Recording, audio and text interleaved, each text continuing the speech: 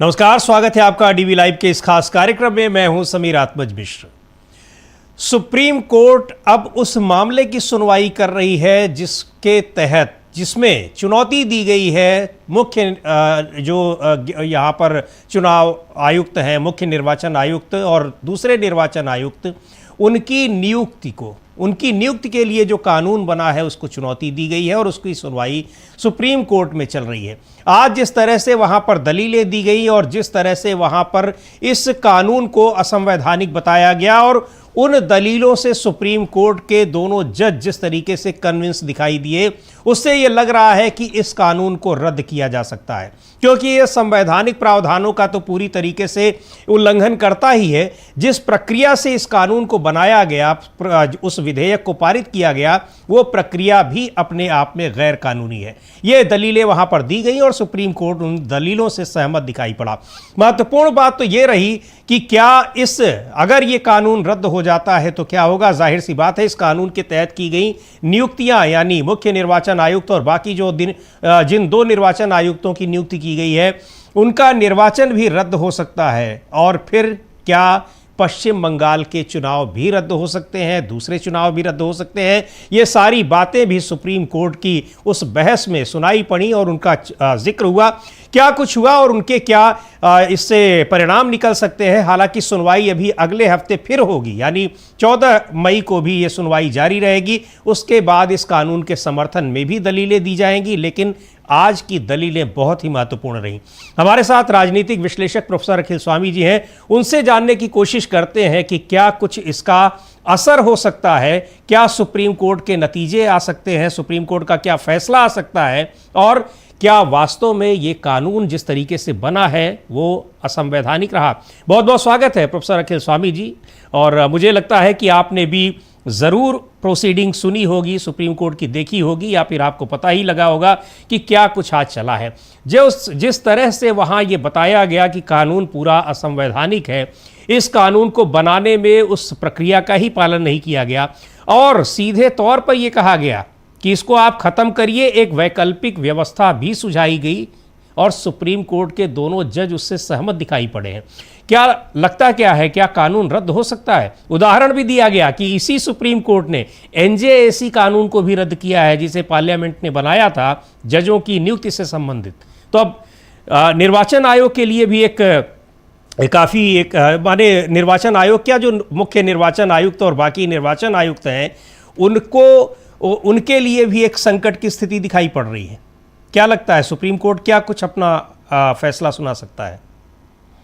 देखिए मिश्रा जी, मुझे लगता है आज आप ज़्यादा आशावान हैं और मैं उतना आशावान नहीं हूं, क्योंकि मैं दूध का चला जो है छाछ फूक फूक कर पीता है, तो मैं तो इतना आशावान नहीं हूं। देखिए बहुत ज्यादा, ये तो देखिए सबको नहीं, पता है। मैं आशावान इसलिए हूं कि वहां जो दलीलें दी गई और चूंकि मुझे थोड़ी बहुत संविधान की जितनी हमें भी जानकारी है, उनके आधार पर जो ये बताया गया कि कैसे न तो प्रक्रिया का पालन हुआ, किस तरह से तमाम प्रावधानों का उल्लंघन किया गया, और तो और उसमें एक आप बना रहे हैं निर्वाचन आयुक्त, नियुक्त कर रहे हैं, और उसमें पूरी तरीके से सत्ता पक्ष के बहुमत के जरिए आप उसको बना रहे हैं, जबकि आप उसमें रखे हुए हैं एक मेंबर के रूप में एलओपी को भी, यानी लीडर ऑफ अपोजिशन को भी। जी नहीं मिश्रा जी, देखिए आप जो बात कर रहे हैं, ये तो जब ये कानून बना था उसके 1 महीने बाद भी पता था। जी हाँ भाई, ये बात तो बिल्कुल सही है कि अगर जो पहले निर्णय था उसके अनुसार अगर चीफ जस्टिस ऑफ इंडिया रहें,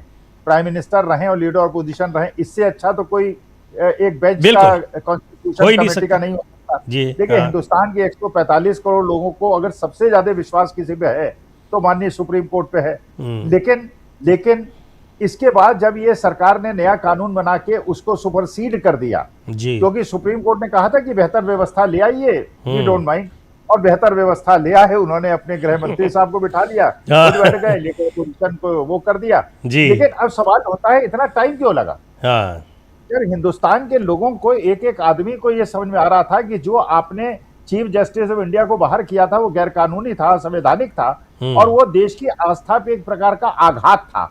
लेकिन इतना टाइम आपने क्यों लगाया? तो देखिए इसका माने टाइम आपने लगाया कि चलो मैं कोई वो नहीं कर रहा हूं, कोई अपना एप्रीहेंशन नहीं दिखा रहा हूं। इसका मतलब यह है कि तुम खेल कर लो यार, देखता हूं जब ये सब खेल हो जाएगा उसके बाद मैं नया जो उचित है वो करूंगा। अब जैसे बंगाल के अंदर खेला हो गया, ज्ञानेश कुमार गुप्ता ने कर दिया, एसआईआर कर दी, और ये सबको पता है कि एसआईआर की जो प्रक्रिया है वो भी असंवैधानिक है। तो देखिए नया एक बेंच बन जाएगी, उस बेंच को भी कैसे, अब आप देखिए कैसे, अब देखिए जैसे तमिलनाडु के अंदर जो हो रहा है, बिल्कुल तो संविधान का पूरा उल्लंघन हो रहा है एकदम। जी हाँ, मखौल उड़ाया जा रहा है। उल्लंघन भी क्या है उसको कहे कि एक तरह मजा। अच्छा, ये बड़ी इंटरेस्टिंग बात यह है कि इस प्रक्रिया में भी आप जो बात कह रहे हैं कि तब भी ये मामला उठा था, जब ये कानून बनाया गया तब भी उसी तरीके से संविधान का पूरा मखौल उड़ाया गया कि आप पूरे विपक्ष को बाहर कर दीजिए, सत्ता पक्ष के लोग बैठे रहें और वही अपने ध्वनिमत से इस प्रस्ताव को पारित कर दें और वो कानून बन जाए। भाई देखिए, अगर आप चीफ जस्टिस ऑफ इंडिया होते, मैं भी चीफ जस्टिस ऑफ इंडिया होता, और मुझे लगता है कि भाई देखिए देश के, आप एक रेफरेंडम करा दीजिए, पूरे देश के 99.9% लोगों कहेंगे कि हिंदुस्तान में अगर हमें सबसे ज्यादा राजनीतिकों पे तो भरोसा नहीं है ना। जी जी बिल्कुल बिल्कुल। हाँ, राहुल गांधी पे कुछ लोगों को भरोसा होगा, कुछ को मोदी जी पे होगा, कुछ लोगों को अमित शाह पे होगा, लेकिन चीफ जस्टिस ऑफ इंडिया पे तो सबको भरोसा है। तो चीफ जस्टिस ऑफ इंडिया को निकालना, अच्छा जैसे मैं तमिलनाडु की बात कर रहा था, भाई देखिए अभी तक तो संविधान के अनुसार जो लार्जेस्ट सिंगल पार्टी होता है, गवर्नर उसको इनवाइट करता है। विजय गए, हाँ, विजय ने जाके 108 अपने और 5 कांग्रेस के वो दिलाए, 113 हो गए, 5 की कमी थी। तो होना ये चाहिए था, गवर्नर साहब को कहना चाहिए था कि आइए मेजोरिटी को प्रूव कीजिए 15 दिन के अंदर। मेजोरिटी प्रूव होती है ना होती है अलग मुद्दा है, लेकिन उन्होंने कहा हम शपथ नहीं दिलाएंगे, पहले 118 के नाम दस्तखत करा के लाइए। तो एक खेला कर दिया, लेकिन अब खेला विजय ने और कर दिया। भाई विजय ने खेला कर दिया, उन्होंने एआईडीएमके को तोड़ने की पूरी व्यवस्था कर दी। एआईडीएमके के 30 विधायक टूटने के लिए तैयार हैं, और वो एआईडीएमके आप जानते हैं कि एनडीए का समर्थक है, तो अब तो गवर्नर साहब को हो सकता है डांट पड़ जाए अमित शाह साहब, यार तुमने क्या हमारे लिए और बवाल क्रिएट कर दिया। अच्छा दूसरा ये है, नॉर्थ इंडिया के हमारे बच्चे जो है, नेक्स्ट जनरेशन जो है, मिश्रा जी वो तो सो रही है, उसे कोई अंतर नहीं पड़ता, उसे करना पड़ता है पूरी सब्जी मिल जाए, अपना वो अपना कांवड़ यात्रा में निकल लेती है, यहाँ खोद वहां खोद, वहां फोड़ वहां फोड़। तो लेकिन तमिलनाडु में जो विजय को वोट दिया है जिन लोगों ने, बिल्कुल, वो तो जेंजी है भाई, वो तो यंग जनरेशन है, जो ऐसी जनरेशन है जिसने ना डीएमके को पसंद किया ना एआईडीएमके को पसंद किया। तो विजय तो एक सुपर स्टार है, कि उस सुपर स्टार के रास्ते में रोड़ा डाल के आप जनजी को क्यों उत्तेजित कर रहे हैं? पूरे हिंदुस्तान में आंदोलन फैल सकता है। तो ये जो सुप्रीम कोर्ट के जज साहब कह रहे हैं, मैं बड़ी इज्जत करता हूं और करनी पड़ती है, उनसे डर भी लगता है कहीं बुला उला लें खड़ा कर दें पूरे सुप्रीम कोर्ट में, इसलिए उनसे डरता भी हूं, मजबूरी में भी डरता हूं। तो लेकिन सवाल यह है कि वो क्या कहते हैं क्या नहीं कहते हैं, लेकिन बाद में क्या निर्णय होगा इस पे निर्णय, लेकिन जो पास्ट में हो गया उसका क्या होगा। तो इसके लिए तो देखिए मैं पूरी तरह से नाउम्मीद हूं जी। हो सकता है कि इस कमेटी के कॉन्स्टिट्यूशन को चेंज कर दिया जाए और एक नई कमेटी बन जाए, लेकिन पास्ट में जो इलेक्शन हुए उसमें मुझे कोई आशा नहीं वो कुछ करेंगे, क्योंकि हमारे माननीय सुप्रीम कोर्ट और जज साहब जिनका मैं बहुत सम्मान करता हूं, 27 लाख लोगों के वोट के हटाए जाने पर वो कहते हैं कि एपलेट भी बनेगा, वो भी बनेगा, ट्राइब्यूनल भी बनेगा, उसमें सुनवाई भी नहीं होगी, लोगों को घुसने भी नहीं दिया जाएगा, उसके बाद कहते हैं अगले इलेक्शन में वोट दे देंगे। तो माननीय सुप्रीम कोर्ट के जज साहब की तो अब इज्जत करता हूं मैं बहुत ज्यादा, लेकिन समझ में कुछ नहीं आता है इस तारीख में। हाँ, एक दो बात बताऊंगा सर। एक तो आज क्या हुआ कि जिसकी सुनवाई कल भी हुई थी और ये सॉलिसिटर जनरल ने मांग की थी कि इसको कुछ दिन और टाल दिया जाए, तो सुप्रीम कोर्ट ने बहुत ही स्पष्ट कह दिया कि नहीं, टालने वाली बात नहीं है, अब हम इसकी सुनवाई करेंगे। दूसरी बात यह है कि बात आप सही कह रहे हैं कि जो पिछले चुनाव हुए हैं, कानून रद्द हो जाएगा तो क्या पिछले चुनाव रद्द हो जाएंगे, ये मामला वहाँ पर आया और इसको लेकर वहाँ पर ये दलील ये भी दी गई कि ये हो सकता है कि भाई ये व्यावहारिक दिक्कतें आएंगी, लेकिन व्यावहारिक दिक्कतें जहाँ आएंगी, जहाँ चुनाव हो चुके, जहाँ सरकारें काम कर रही हैं, उनको आप छोड़ दीजिए। पर अगर ये कानून रद्द होता है तो पश्चिम बंगाल में तो अभी सरकार बनी नहीं है, हालांकि अभी जब एक हफ्ते बाद फिर सुनवाई होगी तो सरकार तब तक बन जाएगी, लेकिन पश्चिम बंगाल की सरकार को यहाँ पर उसको एक तरीके से चुनाव को रद्द करने में कोई बहुत दिक्कत नहीं आएगी अगर ये कानून रद्द हो जाता है जिसमें जजों की नियुक्ति की व्यवस्था की गई है, यानी इनका निर्वाचन भी रद्द हो जाएगा। तो ये संभावना तो देखी जा सकती है। अब ठीक है, अब आप नाउम्मीद इतने दिखाई पड़ रहे हैं, लेकिन मुझे लगता है कि मैं अभी भी बहुत एक आशावान हूँ कि ऐसा हो सकता है। इसलिए हो सकता है कि दलीलों का जो लब्बो लुआब था वो ये था कि ये हमारे देश की लोकतांत्रिक व्यवस्था को खत्म करने वाला है, धीरे धीरे खत्म कर देगा। लोकतंत्र को ऐसे नहीं खत्म किया जाता। इसी तरीके से संवैधानिक संस्थाओं को कमजोर करते करते आखिरकार उस स्थिति में पहुंचा दिया जाता है। ये बातें वहां पर रखी गई हैं। देखिए मिश्रा जी, कल मेरा आपका इसी बात पे वार्ता हुई थी और बहस भी हुई थी। आपको शायद बुरा भी लगा हो। ना बुरा बिल्कुल नहीं लगा सर, है ना। आप अपनी बात कर रहे हैं, मैं अपनी बात बता रहा हूं, बुरा क्यों लगेगा? आप ये कह रहे थे कि लोकतंत्र अंतिम सांस ले रहा है। मैं कह रहा हूं लोकतंत्र खत्म हो गया, डिक्टेटरशिप आ गई जी। और मैं आज भी देखिए, ममता बनर्जी रिजिग्नेशन क्यों नहीं दे रही है, आपको अब समझना पड़ेगा और देश की जनता को भी समझना पड़ेगा रिजिग्नेशन क्यों नहीं दे रही है जी। आपको याद होगा महाराष्ट्र के अंदर उद्धव ठाकरे ने रिजाइन कर दिया था और एकनाथ शिंदे ने चीफ मिनिस्टर की शपथ ले ली थी। माननीय सुप्रीम कोर्ट ने कहा कि जो एकनाथ शिंदे का कॉन्स्टिट्यूशन हुआ, जो चीफ मिनिस्टर बने, वो असंवैधानिक था जी, असंवैधानिक था। हाँ। लेकिन हम उसको इसलिए नहीं बदल सकते कि उद्धव ठाकरे ने रिजाइन कर दिया था। अगर उन्होंने रिजाइन न किया होता तो हमें रिइंस्टेट कर देते। अब आप सोचिए, जनता, ये तो भारतीय जनता पार्टी का भोपो मीडिया, आईटी सेल और गोदी मीडिया ये एक ऐसा प्रचार प्रसार करता है जैसे ममता बनर्जी बहुत गलत काम कर रही हैं। भाई 9 तारीख को सरकार बन जाएगी, अपने आप उनकी सरकार खत्म हो जाएगी। लेकिन ये अगर सुप्रीम कोर्ट में देखिए, जो अभिषेक बनर्जी ने कहा, जो कल हम डिस्कस कर रहे थे, 2 चीजें जो उन्होंने उठाई हैं।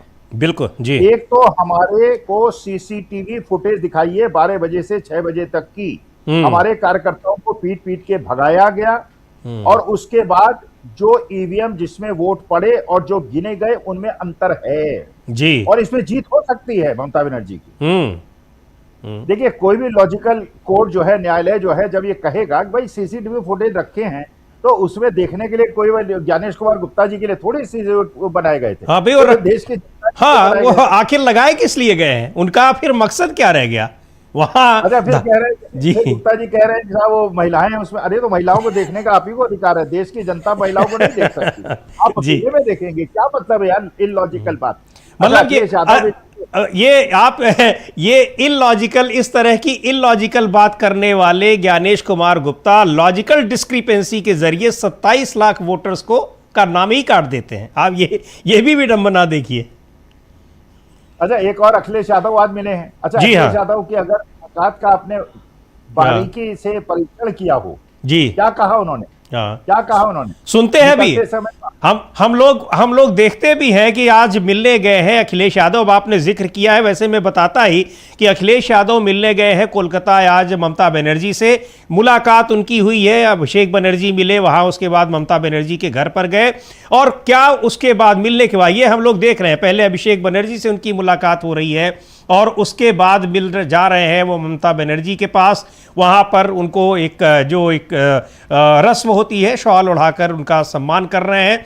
अंदर जाते हैं और फिर मीडिया से बातचीत में कहते क्या है अखिलेश यादव, महत्वपूर्ण बात है, एक बार उनको सुन लेते हैं क्या कहा।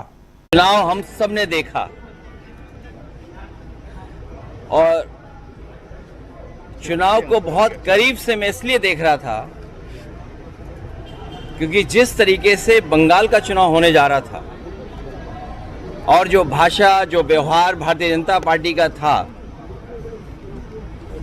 और पूर्व में भारतीय जनता पार्टी ने जो बंगाल में किया है, उत्तर प्रदेश में उससे कम किया उन्होंने, लेकिन ट्रायल वहीं पर किया। हालांकि बंगाल में इससे भी खतरनाक तस्वीरें आई होंगी, जो मैं तस्वीर दिखाना चाहता हूं आपको। ये तस्वीर वो है जब उत्तर प्रदेश में बाई इलेक्शन हुआ था, फोर्सेस को लगा करके लोगों को वोट रोका गया, वोट नहीं डालने दिया और चिन्हित कर करके कि कौन सा वोटर समाजवादी पार्टी का है उसको वोट डालने नहीं दिया जाएगा। और बंगाल में जो हुआ है, डेमोक्रेसी को डिस्ट्रॉय करने का रास्ता निकाला है।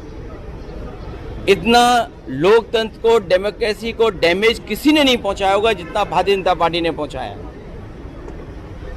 भारतीय जनता पार्टी की आंखों में दीदी खटकती हैं। भारतीय जनता पार्टी की आंखों में दीदी खटकती हैं इसलिए क्योंकि वो आधी आबादी का प्रतिनिधित्व करती हैं। भारतीय जनता पार्टी सामंती सोच की है। इनके संगी साथी पुरुषवादी लोग हैं। ये कभी भी नारी को और महिला को बढ़ते हुए नहीं देख सकते। ये वहाँ पर पहुँचे जब कोलकाता में एयरपोर्ट पर उन्होंने पत्रकारों से बात की और आपने देखा प्रोफेसर अखिल स्वामी जी जो तस्वीर दिखा रहे हैं, और ये सही बात है। उस दिन जिस दिन इलेक्शन के परिणाम आ रहे थे, हम लोग उस दिन शायद चर्चा भी की थी कि कुंदरकी और रामपुर में बाई इलेक्शन के दौरान जो कुछ हुआ था वो रिहर्सल था, फिर बिहार में जो कुछ हुआ ये रिहर्सल था, और फाइनल स्टेज का जो ड्रामा तैयार किया गया वो हुआ है पश्चिम बंगाल में। वही बात कह रहे हैं अखिलेश यादव, तस्वीर भी दिखा रहे हैं, और वो तस्वीर वहां भी कितनी सारी तस्वीरें पश्चिम बंगाल में इसी तरह की देखने को मिली हैं। नहीं मिश्रा जी, आपने वो वाला बाइट नहीं सुनाया जी, जो उन्होंने ममता बनर्जी से मिलने के बाद दिया। वो जी। और भी इंटरेस्टिंग है। जब आखिर में एक पत्रकार ने पूछा जी, क्या किसी आंदोलन की तैयारी आप लोग कर रहे हैं, उन्होंने कहा उसी के लिए तो मिला हूं। बिल्कुल जी, देखते हैं अभी उस कोशिश करते हैं उसको भी सुनवाने की। हाँ, आज संजय सिंह ने भी एक अपना एड्रेस किया है जी, और जो लोग मिश्रा जी इतने दिन से हम निवेदन कर रहे हैं, और मैंने तो यहां तक उत्तेजित होकर कल आपके न्यूज पॉइंट पे कह दिया था जी, और फेसबुक पे भी डाल दिया था कि या तो विपक्षी दल इकट्ठे होकर सड़क पे उतर आए वरना भाड़ में जाएं। संजय सिंह ने यही शब्द कहे हैं इनडायरेक्टली। उन्होंने कहा अब चुप बैठने का समय नहीं है, ये लोग लूट लेंगे। लोकतंत्र को इन्होंने लूट लिया है, खत्म कर दिया है, संविधान को खत्म कर दिया है, इन्होंने हर तरह की मर्यादाओं को तोड़ दिया है। अगर वो लोग जो देश को प्यार करते हैं सड़क पे उतर आए, और इसकी तैयारी इन्होंने खुद कर दी है। भारतीय जनता पार्टी ने उत्तेजित भी कर दिया है जी। भाई, जो विजय के साथ तमिलनाडु में किया वो क्या है, उत्तेजना ही है ना भाई। जिस आदमी के भाई 108, जिसको तमिलनाडु का जनजी पूरी द्रविड़ पॉलिटिक्स को धता बताते हुए जिस आदमी को 108 सीट दे रहा है, और वो आदमी को गवर्नर को इनवाइट करना था, वो उस आदमी को कह रहा है कि सरकार नहीं बनाने दूंगा। उत्तेजना। उसके बाद इनकम टैक्स के इंक्वायरी शुरू हो गई है विजय के खिलाफ। मैंने जो इन्होंने अभी बंगाल में, फिर पंजाब के अंदर 2 बम विस्फोट हो गए। संदेश खाली के अंदर सेंट्रल रिजर्व पुलिस के ऊपर अटैक हो गया। देखिए ये माहौल तैयार कर रहे हैं। भारतीय जनता पार्टी चाहती है देश के अंदर एक ऐसा आंदोलन हो जाए कि देश टूट जाए। ये आप सही कह रहे हैं। अभी मुझे एक बात याद आ रही है, तमाम जो बहुत सारे नेता हैं तृणमूल कांग्रेस के, जिस तरह से शुभेंदु अधिकारी के पीएस को गोली मारी गई, उनको मार दिया गया, उसको लेकर भी तृणमूल कांग्रेस कह रही है कि आप इसकी सीबीआई जांच कराइए एक हाई कोर्ट के जज की निगरानी में, और बीजेपी उसकी मांग नहीं कर रही है। और बहुत कुछ जो आप कह रहे हैं कुछ उसी डायरेक्शन में सोशल मीडिया पर इसकी चर्चा हो रही है कि इसके पीछे तृणमूल कांग्रेस का हाथ है कि बीजेपी का, ये पता किया जाना चाहिए। अच्छा, एक और चीज मिश्रा जी आपको शायद पता होगी जी, और आपके दर्शक श्रोताओं को भी पता होनी चाहिए, इसके पहले शुभेंदु अधिकारी के 5 पीएस का मर्डर हो चुका है। एक ये पहला मर्डर नहीं है जी, वहां गाड़ी नंबर चेंज करके मर्डर हुआ, और 5 पीए का मर्डर हुआ है। कारण क्या हो सकता है भाई, हम तो गैस ही कर सकते हैं ना, कोई इन्वेस्टिगेटिंग एजेंसी तो है। हाँ, जी। देखिए पीएस के पास मंत्री का सूत्र होते हैं, सीक्रेट्स होते हैं, और वो चीफ मिनिस्टर बनने की संभावना है जी। और ये आदमी के पास ऐसे 5 पीए का मर्डर होना, 1 पीए का हो गया, चलिए हो सकता है रावेलरी हो कुछ, 5 पीएस का मर्डर हो चुका है। इसका मतलब यह है कि जो भी आदमी 1-2 साल साथ रहता है और जिसके पास सूत्र आते हैं उसको निपटा देते हैं, नए आदमी को अपॉइंट कर लेते हैं। ये मैं संभावना व्यक्त कर रहा हूं। जी जी जी। ये सीबीआई करे, बाकी रॉ करे, जिसको भी करना है, सीआईए को बुला लीजिए, आप आईएसआई को बुला लीजिए, जैसे पठानकोट में बुलाया था। लेकिन बेसिकली इसको ये है इस समय, और संजय सिंह ने जो एड्रेस किया, जो अखिलेश यादव ने कहा, इसका मतलब ये विपक्षी दल शायद दिबिलाई सुनते हैं। मैं तो ये दृढ़ प्रतिज्ञ हूं। देखिए मिश्रा जी, ये बात बिल्कुल सही है, औरों की बात मैं नहीं जानता। मैं तो अपने देश को, अपनी भारत माता को, अपने देश के संविधान को, और बाबा साहब भीमराव अंबेडकर के संविधान को, और महात्मा गांधी को बहुत ज्यादा इज्जत करता हूं, प्यार करता हूं। ये आप और इसके महत्वपूर्ण बात कर रहे हैं जो तमिलनाडु में कि आप 108 विधायकों का वो समर्थन लेकर जा रहे हैं आपके पास, और आप उनसे कह रहे हैं कि नहीं अभी जाओ पूरा समर्थन लेकर लिस्ट आओ तब हम आएंगे। मुझे लगता है कि गवर्नर साहब को कुछ इसके पहले के इतिहास की जानकारी ये नहीं है क्या प्रोफेसर अखिल स्वामी जी? आप तो बेहतर जान रहे होंगे। अगर यही शर्त किसी समय राष्ट्रपति लगा दिए होते तो अटल बिहारी वाजपेयी जीवन में कभी नहीं बन पाते प्रधानमंत्री, और यहाँ तक कि मोदी जी भी नहीं बन पाते प्रधानमंत्री, क्योंकि उनके पास भी तो 272 की लिस्ट तो थी नहीं। अगर कोई राष्ट्रपति इस तरह का होता कि पहले आप 272 की लिस्ट लेकर आइए, परेड कराइए मेरे सामने, तब मैं आपको आमंत्रित करूंगा कि आप सरकार बनाने का दावा पेश कीजिए। नहीं, देखिए, कानून ये कहता है, संविधान ये कहता है जी, जो भी लार्जेस्ट सिंगल पार्टी है उसे गवर्नर इनवाइट करेगा कि आप 15 दिन के अंदर अपनी majority floor of the house में प्रूव कीजिए। जी, आज तक एक स्टेट गवर्नमेंट बता दीजिए जैसा ना हुआ हो। भाई सिंगल लार्जेस्ट पार्टी ना, इसलिए हर पार्टी सिंगल लार्जेस्ट पार्टी बनना चाहती है जी। भाई जब सिंगल लार्जेस्ट पार्टी बन जाएगी तो वो लोगों से कांटेक्ट कर सकती है, उनको ल्योर कर सकती है, उन्हें इनवाइट कर सकती है और सरकार बना सकती है। तो अब सवाल यह है कि वो सिंगल लार्जेस्ट पार्टी है, क्या इसमें एक भारतीय जनता पार्टी का एक विधायक है, विजय के बाद 108 है, तो क्या 108 से एक का फिर इनकम टैक्स की भी इंक्वायरी शुरू करा दी आपने? इसका मतलब यह है कि आप वही करना चाह रहे हैं जो बाकी प्रदेशों में आपने किया। आप चाहते हैं कि विजय के ऊपर इतना दबाव बना दो मानसिक कि बेटा जेल भेज देंगे वरना कांग्रेस के साथ मत बनाना तुम सरकार, लेकिन विजय उनसे भी ऊपर निकले। भाई देखिए, विजय के बाद 2 एडवांटेज हैं। विजय पहली बार पॉलिटिक्स में उतरे हैं। अच्छा, विजय के पीछे जेंजी है जी। अब आप बताइए, अगर आप ये 22-23 साल के होते और आपने विजय के लिए भरपूर काम किया होता और आपको संविधान का पता होता कि संविधान के अनुसार गवर्नर साहब को सिंगल लार्जेस्ट पार्टी के लीडर को बुलाना चाहिए जी, और गवर्नर साहब नहीं बुला रहे हैं, इसका मतलब आप तमिलनाडु के युवाओं को और वहां की जनता को एक्साइट कर रहे हैं, उन्हें कह रहे हैं कि हमारे खिलाफ आंदोलन शुरू करो और सड़कों पे उतरो जी। हम नहीं चाहते, हम तो चाहते हैं देश के अंदर शांति बनी रहे, कोई झगड़ा टंटा ना हो। ये गवर्नर साहब कर रहे हैं कि झगड़ा टंटा शुरू हो जाए। मुझे ममता बनर्जी को कह रहे हैं इनको जेल भेज देंगे। मुझे यह लगता है कि इनकी जगह कोश्यारी जी होते तो ब्रह्म मुहूर्त में ही शपथ दिला दिए थे, तब तो वो सरकार शपथ ही न ले पाती। नहीं, वो अगर बीजेपी की सरकार बन रही होती, जैसे इन लोगों ने उड़वाया डीएमके एआईडीएमके का समझौता होने वाला है और बीजेपी भी उसमें शामिल हो जाएगी, वो तब होता जबकि एंटी विपक्ष कोई सरकार बननी होती। अब इनके कानून अलग अलग हैं, विपक्ष के लिए अलग हैं और सरकार के लिए अलग, सरकार के लिए अलग है। और मैं तो सोशल मीडिया पे ये भी चर्चा हो रही है कि कहीं ऐसा ना हो कि वो बीजेपी के एकमात्र विधायक को मुख्यमंत्री पद के लिए आमंत्रित कर दे और कहे कि बाकी लोग उनको समर्थन दे दे, टीवी जैसे कह दें, मेजोरिटी, फिर कहें आप मेजोरिटी प्रूव कीजिए, मेजोरिटी प्रूव करिए। विधायक को बनाए आप, 15 दिन का टाइम, फिर तुम खरीदो फरोख्तो, 1000 करोड़ दो, 2000 करोड़ दो, गोली मारो, गंगा में फेंको, गोदावरी में फेंको, भैया मेजॉरिटी फिक्स कर दो और कर लेंगे। उसके बाद फिर अमित शाह साहब ईडी सीबीआई रॉ दुनिया भर की चीजों को लगा देंगे और लोग बेचारे डर के उस एक आदमी बन जाएगा मुख्यमंत्री। भाई देखिए, कानून को, संविधान को इतना हास्यास्पद बनाइए। ममता बनर्जी ने यह भी कहा मैं इंटरनेशनल कोर्ट जाऊंगी जी। देखिए, मरता क्या ना करता जब इस प्रकार से लोकतंत्र को लुटता हुआ आप देख रहे हैं और आप देख रहे हैं कि ईवीएम में वोट कहीं पड़ रहे हैं, काउंट कहीं हो रहे हैं। भाई अगर आप प्रूव कर दीजिए ना अभिषेक बनर्जी झूठ बोल रहे हैं, सीसीटीवी फुटेज दिखा दीजिए। भाई एक आंदोलन तो इसी बात पे होता है, सीसीटीवी फुटेज दिखाइए। और आप किसी को नहीं दिखाते, इसका माने आपने चोरी की है, चोरी छुपाना चाहते हैं। पूरी व्यवस्था का, संविधान का पूरा मजाक उड़ाया जा रहा है। यही बात आज जो सुप्रीम कोर्ट की बात कर रहा हूं, वहां पर जो इसको लेकर, इस विधेयक को, इस कानून को लेकर जो चर्चा हो रही थी, उसमें यही कहा गया इस कानून को बनाने में तो जो तमाम संवैधानिक प्रक्रियाएं हैं उनकी धज्जियां उड़ाकर रख दिया गया। पहले विपक्ष को बाहर कर दिया गया, कायदे से कोई विधेयक लाया जाता है, उस पर बहस होती है, चर्चा होती है, पक्ष विपक्ष दोनों अपनी दलीलें रखते हैं, उसके बाद अगर संख्या बल है तो सरकार उसको पारित करा लेती है। यहां तो विपक्ष को बाहर कर दिया गया, निलंबित कर दिया गया और केवल सत्ता पक्ष के लोग बैठे हुए हैं और कहा गया कि ये ध्वनिमत से पारित हो गया विधेयक। लोकसभा में भी वही किया गया, राज्यसभा में भी वही किया गया।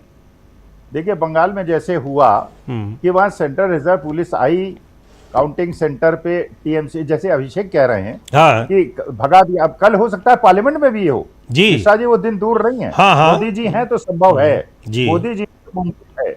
होगा ये, जब किसी बिल पे वोटिंग होगी तो सीसीटीवी फुटेज बंद कर दिया जाएगा, गेस्ट को बाहर कर दिया जाएगा, पत्रकारों को बाहर कर दिया जाएगा। उसके बाद एक एक आर्म्ड गार्ड जाएगा बंदूक लेके, हर अपोजिशन के मेंबर ऑफ पार्लियामेंट की कनपट्टी पे टिकाएगा, कहेगा बेटा यहाँ बटन दबाओ वरना गोली हम चला देंगे। ये भी हो सकता है भाई, they can go to any extent. अरे यार, अटल जी ने कभी बेईमानी नहीं की, एक वोट से हार गए, उन्होंने बेईमानी नहीं की, इसलिए हम उनकी इज्जत करते हैं। हाँ, इंदिरा गांधी अगर बेईमानी पे आ जाती तो 77 का चुनाव ना हारती। ये पहली बार 14 साल के अंदर हुआ है कि हमको नॉर्थ कोरिया, रूस और चीन बना दिया गया है। हमारे देश के अंदर लोकतंत्र की धाक थी पूरे विश्व के अंदर जी। तो ये बात देखिए, सड़क पे उतरना पड़ेगा अपोजिशन को, जनता उनके साथ है या नहीं वो टेस्ट हो जाएगा, सब कुछ हो जाएगा। लेकिन अगर लोकतंत्र की इस प्रकार से हत्या अपोजिशन देखता रहा, लेकिन अब संजय सिंह का स्टेटमेंट और अखिलेश यादव का जो, अगर बाइट आपको मिल जाएगी दिखा दीजिएगा जी। सेंटेंस एग्जैक्टली मैं नहीं बता रहा हूं, लेकिन उसका तारतम्य ये था, उसका सारांश ये था कि उसी की तैयारी करने तो आया हूं मैं। नहीं, वो तो बात हो ही रही है। और इसमें जो उस दिन जब परिणाम के अगले दिन जो राहुल गांधी का भी एक ट्वीट था जिसका जिक्र हम लोगों ने अपने कार्यक्रम में किया भी था, वो भी बहुत मायने रखता है कि इसमें हमारे कुछ कांग्रेसी लोग भी बड़े खुश हो रहे हैं। लेकिन सवाल ये किसी पार्टी की हार और जीत का नहीं है, सवाल ये लोकतंत्र के ऊपर जो खतरा है उसका है, और इसके लिए सबको मिलना होगा। तो ये अखिलेश यादव अगर वहाँ जा रहे हैं तो बात कर रहे हैं, कल अखिलेश यादव ने लखनऊ में प्रेस कॉन्फ्रेंस की थी, उन्होंने यहाँ के सारे उदाहरण दिए हैं कि किस तरह से कुंदरकी में क्या हुआ, मुरादाबाद में क्या हुआ, और कैसे SIR के जरिए नाम हटाए गए हैं और जोड़े गए हैं, उनका पूरा खेल किया गया है। इसको लेकर कितनी शिकायतें हुई है, लेकिन कुछ नहीं। तो ये वही चुनाव आयोग है जिसको बाकायदा सरकार ने अपना व्यक्ति बनाकर बैठा दिया है और अपने लिए काम करने के लिए बैठा दिया है। वो चुनाव आयोग वही कर रहा है। लेकिन आज, अब आपको भले प्रोफेसर अखिल स्वामी जी उम्मीद नहीं दिखाई पड़ रही हो, लेकिन आज की दलीलें सुनने के बाद कम से कम मुझे ऐसा लग रहा है कि शायद गंभीरता से इस मुद्दे पर सुप्रीम कोर्ट कुछ विचार करेगी, और जब जो भी उसका फैसला आएगा उसमें इन बातों को ध्यान में रखते हुए ही फैसला आएगा। नहीं, आशा देखिए, सुप्रीम कोर्ट ये बात तो सही है कि वो बेंच को चेंज कर देगा, मेरे को वहां कोई डाउट नहीं है जी। एक सही बेंच बनाएगा, माननीय सुप्रीम कोर्ट है, सही काम करेगा, अच्छा काम करेगा। ये वाली जो बेंच है इसको, इस कानून को, लेकिन वो पुरानी गवर्नमेंट को और बंगाल के अंदर जो गुंडई से गवर्नमेंट बनी है उसको नहीं बर्खास्त करेगा। ठीक है मिश्रा जी, मैं एक गोदी मीडिया में गया था आज से 15 दिन पहले, जब राहुल गांधी ने स्टेटमेंट दिया उसके पहले, जब बंगाल का रिजल्ट आया उसके पहले जी, तो मेरा इंट्रोडक्शन उन्होंने कराया, ये कांग्रेस समर्थक हैं। तो मैंने लाइव प्रोग्राम में कहा मैं कांग्रेस समर्थक हूं जहां कांग्रेस लड़ाई में है बीजेपी से जी, मैं टीएमसी समर्थक हूं जहां टीएमसी लड़ाई में है कांग्रेस से। अगर लेफ्ट भी लड़ रहा है बीजेपी से अकेले सामने सामने की, तो मैं लेफ्ट के साथ भी हूं, मैं सपा के साथ। देखिए, मेरा कोई राजनीतिक, मैं कोई कांग्रेस का समर्थक नहीं हूं जी, मैं तो उस हर आदमी का समर्थक हूं जो बीजेपी से लड़ रहा है। इसलिए मैं अटल जी को मैंने वोट दिया अपने जमाने में, ऐसा नहीं मैं बीजेपी को वोट नहीं दिया मैंने, क्योंकि अटल जी की जो इमेज थी वो एक लोकतांत्रिक, एक समन्वयवादी, ठीक है वो भी आरएसएस के थे, वो भी अपना ऊट पटांग बोल देते थे मुसलमानों के खिलाफ, लेकिन इनडायरेक्टली बोलते थे, लेकिन इसके बावजूद वो बेटर आदमी थे। लेकिन आज के तारीख में 2014 के बाद जो हो रहा है, ये तो हमारे देश को विनाश की ओर ले जा रहे हैं, बंटवारे की ओर ले जा रहे हैं। इसलिए भारतीय जनता पार्टी के आगे जो भी लड़ेगा, और मैं ये भी कहता हूं जी, जो भी अपोजिशन के नेता, चाहे मैं उसे अपना नेता मानता हूं, अगर वो बीजेपी के साथ मिलाएगा तो जिंदगी भर उसको माफ नहीं करूंगा, क्योंकि देश के विनाश के लिए कोई भी साथ देगा, मैं उसका साथ नहीं दूंगा जी। बिल्कुल, तो मैं किसी का विरोधी नहीं हूं, किसी का समर्थक नहीं हूं, लेकिन देश को जिस प्रकार से इन लोगों ने बांट दिया है और कमजोर कर दिया है, हिंदू मुसलमान में बांट दिया है, साउथ नॉर्थ में बांट दिया है, कुकी और मैती को लड़ा दिया है, ये लोग देश विरोधी लोग हैं, और इनका विरोध जो नहीं कर रहा वो देश विरोधी है जी। बिल्कुल यही बात है कि आखिर पूरी लोकतांत्रिक व्यवस्था को ही खतरे में डाल दिए हैं। और खतरे में क्या डाल दिए हैं, आप तो बाकायदा घोषणा कर दिए कि खत्म ही हो चुका है। हमारे जैसे लोग अभी भी कह रहे हैं कि ये खतरे में है, और इस पर ये जो खतरा है, इस खतरे से हमको निकालना है। सुप्रीम कोर्ट में भी जो बातें हुई, जो वहाँ पर दलीलें दी गई, बहस हुई, वहाँ भी इसी बात को लेकर चिंता जताई जा रही थी कि इस लोकतंत्र को खतरे में डालने के पीछे एक सबसे बड़ा जो काम किया गया है वो चुनाव आयुक्तों की नियुक्ति का कानून बनाया गया है। और उस कानून के बनने के बाद जिनको नियुक्त किया गया है वो जो कुछ भी कर रहे हैं उससे दिखाई पड़ रहा है कि लोकतंत्र किधर जा रहा है। तो लोकतंत्र के भविष्य के खतरे की बात की गई। अब देखते हैं क्या कुछ होता है 14 तारीख को, यानी अगले गुरुवार को। जी, कुछ कहना चाह रहे हैं सर आप? केवल उसका खेल नहीं है। हाँ। अब बताइए, अमित शाह ये कह रहे हैं कि जो हमारी सेंट्रल रिजर्व पुलिस है वो 2 महीने तक यहां रहेगी। आप ये बताइए, जब चुनाव आयोग के अधीन आ गया वेस्ट बंगाल का प्रशासन, जब चुनाव डिक्लेयर हो गए, ये अनाउंसमेंट कौन कर सकता है? ये गृह मंत्री कर सकते हैं क्या? नहीं, ये जो अनाउंसमेंट होगा चुनाव आयोग करेगा। अच्छा, उसके बाद सेंट्रल रिजर्व पुलिस चली गई। अब सेंट्रल रिजर्व पुलिस के मान लीजिए जो भी डायरेक्टर जनरल हैं, अगर मान लीजिए अमित शाह साहब उनसे कहते हैं कि ये टीएमसी के वर्कर्स को पीट पीट के बाहर भगा दो, शुड ही फॉलो दैट? उन्होंने जो शपथ ली है वो शपथ ली है कॉन्स्टिट्यूशन की, संविधान की। भाई, मैं तो उस जमाने में सरकारी नौकरी की है, हम लोगों ने चीफ मिनिस्टर को मना किया है। नहीं कर सकते सर, वही चीज है। नहीं, वही है कि अब चुनाव आयुक्त को आपने अपना बना दिया और आप उसको निर्देशित कर रहे हैं, वो आपके निर्देशों का पालन कर रहा है, उसको पता ही नहीं। केवल चुनाव आयोग नहीं मिश्रा जी, मैं कह रहा हूं केवल चुनाव आयोग, बाकी हाँ, बाकी संस्था, सारे सरकारी अधिकारी, सारे के सारे पुलिस अधिकारी, एडमिनिस्ट्रेशन, एवरीबॉडी सब डर रहे हैं। जो उन्होंने संविधान की कसम खाई उसको तो किस किस को बदलेंगे? आपकी यूनिवर्सिटीज में, आपके हर जगह आरएसएस के लोग बैठ गए हैं जाके। नहीं, देखिए अभी ये तो बात सही है, लेकिन एक महत्वपूर्ण, चूंकि चुनाव आयोग जैसी संस्था है जो सरकारों को बदलने और उसको बनाने का काम करती है, इसलिए कि वो ये सुनिश्चित करती है कि जो व्यक्ति जहां मतदान जब आ ही नहीं पा रही है तो उस व्यवस्था को लेकर सवाल उठ रहे हैं। तो देखते हैं अब क्या कुछ होता है 14 तारीख को। लेकिन ये एक महत्वपूर्ण सवाल है कि क्या इस कानून को सुप्रीम कोर्ट रद्द करेगा, और रद्द करेगा तो क्या जितने चुनाव कराए गए हैं, अगर मान लीजिए पुराने चुनाव नहीं तो जो ताज़ा तरीन चुनाव हुए हैं जिसको लेकर इतना हंगामा हो रहा है, विवाद हो रहा है, सवाल उठ रहे हैं, क्या उस चुनाव को रद्द किया जाएगा? तब नज़र हमारी भी रहेगी। बहुत बहुत शुक्रिया प्रोफेसर अखिल स्वामी जी इस कार्यक्रम में शामिल होने के लिए, और देखते हैं क्या होता है। और फिलहाल कार्यक्रम